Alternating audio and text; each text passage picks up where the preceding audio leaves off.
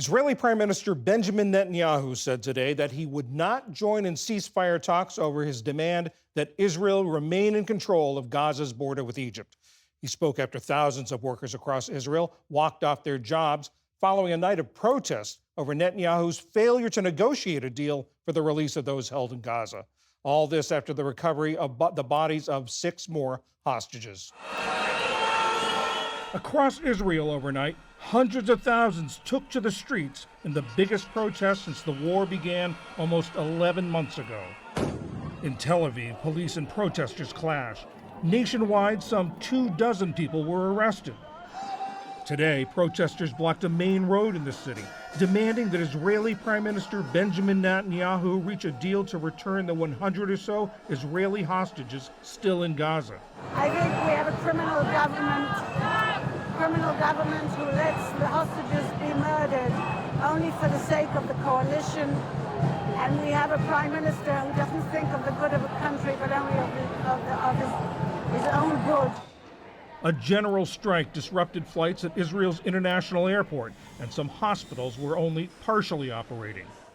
In Jerusalem, Israelis lined the streets for the funeral procession of American-Israeli hostage Hersh Goldberg Poland. He was among the 6 hostages recovered by Israeli forces in Gaza over the weekend.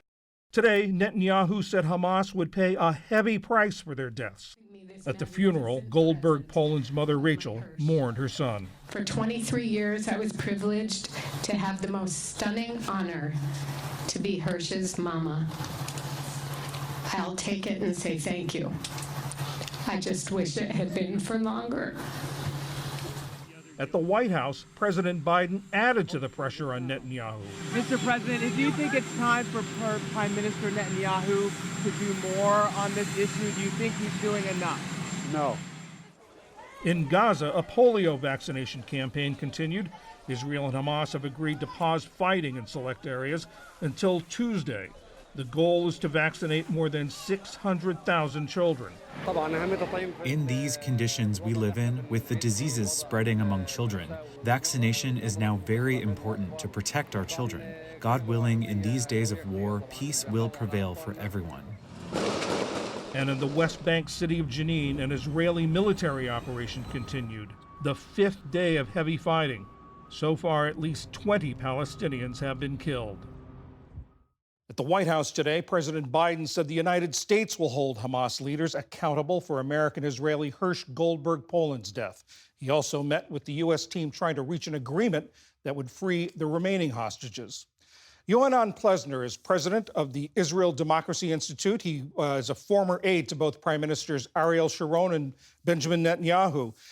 Mr. Plesner, give us a sense of what the mood is like in Israel today. You've had a tumultuous 36 hours.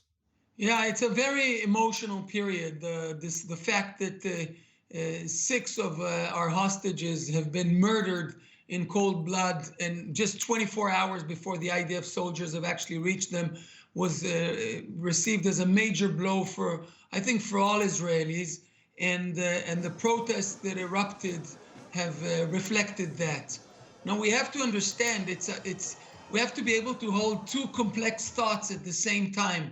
On the one hand, we're dealing with a murderous Hamas jihadist regime that wanted and continues to desire to annihilate our state and to execute our hostages. And they haven't said yes to any deal, to any mediation, to any of the parameters. So Israelis are, in this respect, united behind the war goals of dismantling Hamas and bringing back the hostages.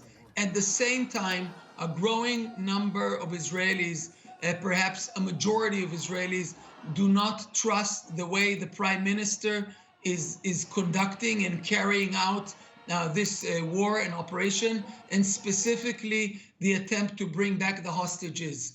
And the protests yesterday are a reflection of this distrust in the way the Prime Minister is leading the negotiation. Well, that distrust you talk about, you worked for Mr. Netanyahu. What do you think his thinking is right now about this, getting the hostages back?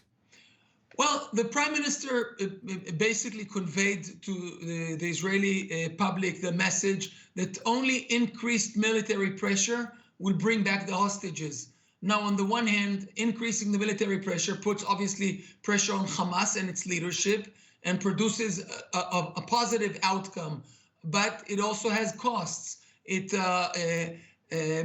also puts our hostages in danger. And what we've seen now is the fact that our hostages were murdered was to some extent as a result of the fact that we put pressure. So this formula is not that simple as it sounds. But I think a more complex element is the fact that many Israelis think that Mr. Netanyahu is managing this negotiation in bad faith, that alongside the interest of bringing back the hostages and dismantling Hamas, there's also other additional political interests like keeping together his coalition, and that it costs with hostages' lives. And this distrust, I would say, was augmented by the fact that at least what we heard from leaks, from what's happening within the room, within the discussion, within the discussions, is that the leaders of the defense establishment think that there's additional wiggle room for Israeli compromises that might bring about a deal, and that Netanyahu insists on not making those compromises. And it's unclear whether there's strictly a security consideration or other more political considerations involved. This growing distrust, does it present a challenge or a threat to Mr. Netanyahu and his government? Not necessarily, because we've seen tonight Mr. Netanyahu presenting his case and positioning it strictly as a security argument about the merit of holding on to the border between Gaza and Egypt. And as long as it's wrapped as or positioned as a security argument around security interests, I think it's a relatively comfortable position for the prime minister. The prime minister tonight said that the containing that or maintaining presence on that border, what they call the Philadelphia corridor, is the only way to keep Israel safe against weapons being smuggled in from Egypt. Does his defense establishment agree with him?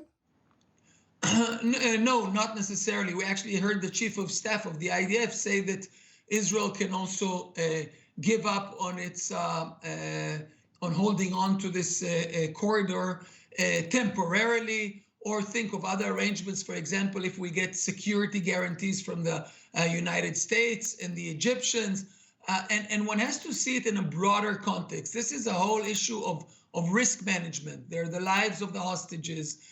There's what's happening in the northern border. There's the interest in building and stabilizing a strong coalition against Iran that is trying to dominate the region, to deploy and activate its proxies against Israel, against U.S. interests, against the interests of the moderate countries in the region. So there's a much broader picture than just narrowing and reducing it down to a dispute around one axis. So I think to reduce the whole debate into what's going to happen in this 5-kilometer strip is less about security interests and more about talking to one's own political base. So again, Israel's war goals are just. We are fighting against an evil enemy, Hamas, that wants to annihilate us. And at the same time, the fact that we have a just war does not mean necessarily that the prime minister is executing it in an optimal manner, not vis-a-vis our own national interests and not vis-a-vis the interests of some of our allies. Yohanan Plesner, thank you very much. Thanks for having me.